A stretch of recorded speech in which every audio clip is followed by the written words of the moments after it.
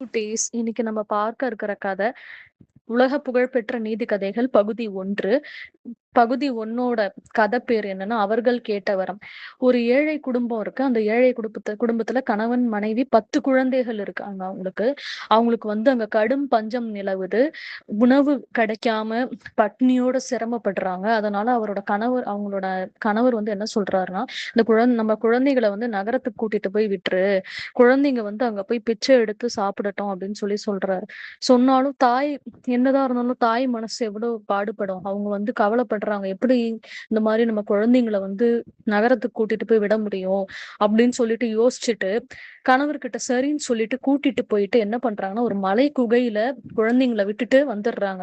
கணவர்கிட்டயும் நகரத்துல குழந்தைங்கள விட்டுட்டேன்னு சொல்லிடுறாங்க. ஆனா இவங்க கணவருக்கு தெரியாம என்ன பண்றாங்கன்னா, தினமும் விறகு வெட்டுற வேலைக்கு போற மாதிரி போயிட்டு பசங்களுக்கு உணவ குடுத்துட்டு வந்துடுறாங்க. குடுத்துட்டு வந்த உடனே குழந்தைங்களும் அந்த உணவ வாங்கிக்கிறாங்க.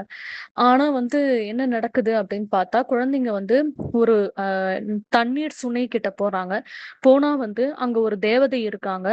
வனதேவதை. அவங்க வந்து ஒரு மாரி அழுதுட்டே இருக்காங்க. அவங்கள பார்த்துட்டு இந்த பசங்க வந்து ஏன் அழுதுட்டே இருக்கீங்கன்னு சொல்லி கேட்கறாங்க.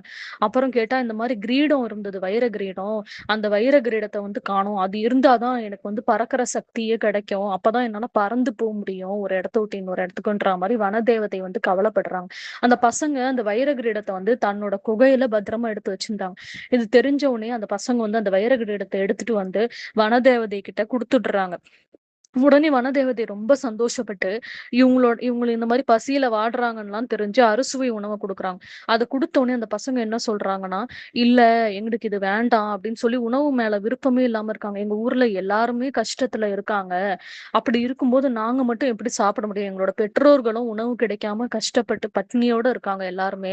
அப்படி இருக்கும்போது நாங்க மட்டும் எப்படி இந்த உணவ சாப்பிட முடியும்? அதனால எங்களுக்கு இந்த உணவு வேணாம்" அப்படின்னு சொன்னோனே, வனதேவதை அத பார்த்துட்டு அந்த குழந்தைங்களோட பரந்த மனப்பான்மைய பார்த்து ரொம்ப மகிழ்ச்சி அடையறாங்க.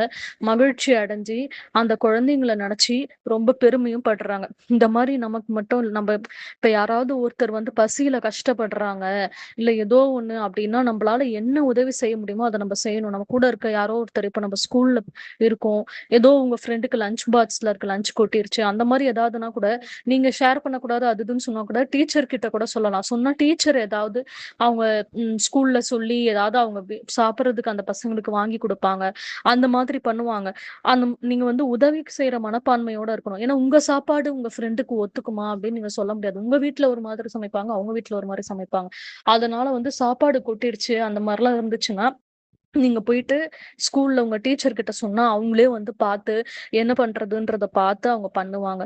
இந்த மாதிரி விஷயங்கள்லாம் மத்தவங்களுக்கு உதவி நம்ம செய்றது மூலமா, நம்ப ஒரு நல்ல அவங்க மனசுல வந்து நம்ப வந்து ரொம்ப நல்ல இடத்த பிடிச்சிருப்போம். அது மட்டும் இல்லாம, எந்த எதிர்பார்ப்பும் இல்லாம நம்ம ஒருத்தருக்கு உதவி செய்யணும். நம்ப உதவி செஞ்சா நமக்கு திரும்ப உதவி செய்வாங்களா அப்படின்னு எதிர்பார்க்காம நம்ம வந்து செய்யணும். ஓகே குட்டீஸ், பை. இன்னைக்கான கதை இதுதான். உங்களுக்கு இந்த கதைய like, share, comment and subscribe பண்ணுங்க. இந்த கதைய உங்களுக்கு தெரிஞ்சவங்களுக்கு ஷேர் பண்ணுங்க. வேற இதே மாரி தினமும் கதைகள நான் சொல்றேன். இந்த கதைகள எல்லாத்தையும் கேட்டு பயனடைங்க. By by.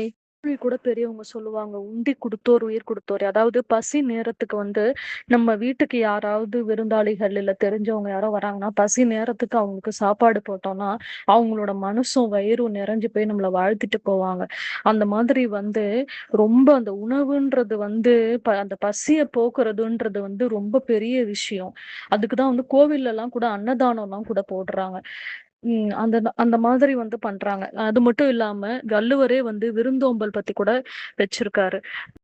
என்னன்னா, அந்த குறள் வந்து ரொம்ப அருமையான குறள். "மோப்ப குழையும் அனிச்சம் முகந்திருந்து நோக்க குழையும் விருந்து." நம்ம வீட்டுக்கு ஒரு விருந்தாளி வராங்கன்னா, அவங்களுக்கு பிடிச்சது சமைச்சு குடுக்குறதோ, இல்ல நம்ம வீட்ல என்ன இருக்கோ அத வச்சு அவங்களுக்கு வந்து அவங்க வயிறு நிறையிற மாரி அவங்களுக்கு வந்து நல்லா சமைச்சு போட்டு, அவங்க மனசும் வயிறும் நம்மள வந்து வாழ்த்துற அளவுக்கு நம்ம வந்து அவங்கள ரொம்ப ரொம்ப ரொம்ப நல்ல விதத்துல கவனிச்சு, நம்ம வீட்ல வீட்லருந்து கிளம்புறதுக்கே அவங்களுக்கு மனசு வராம அவங்க கிளம்பி போணும்.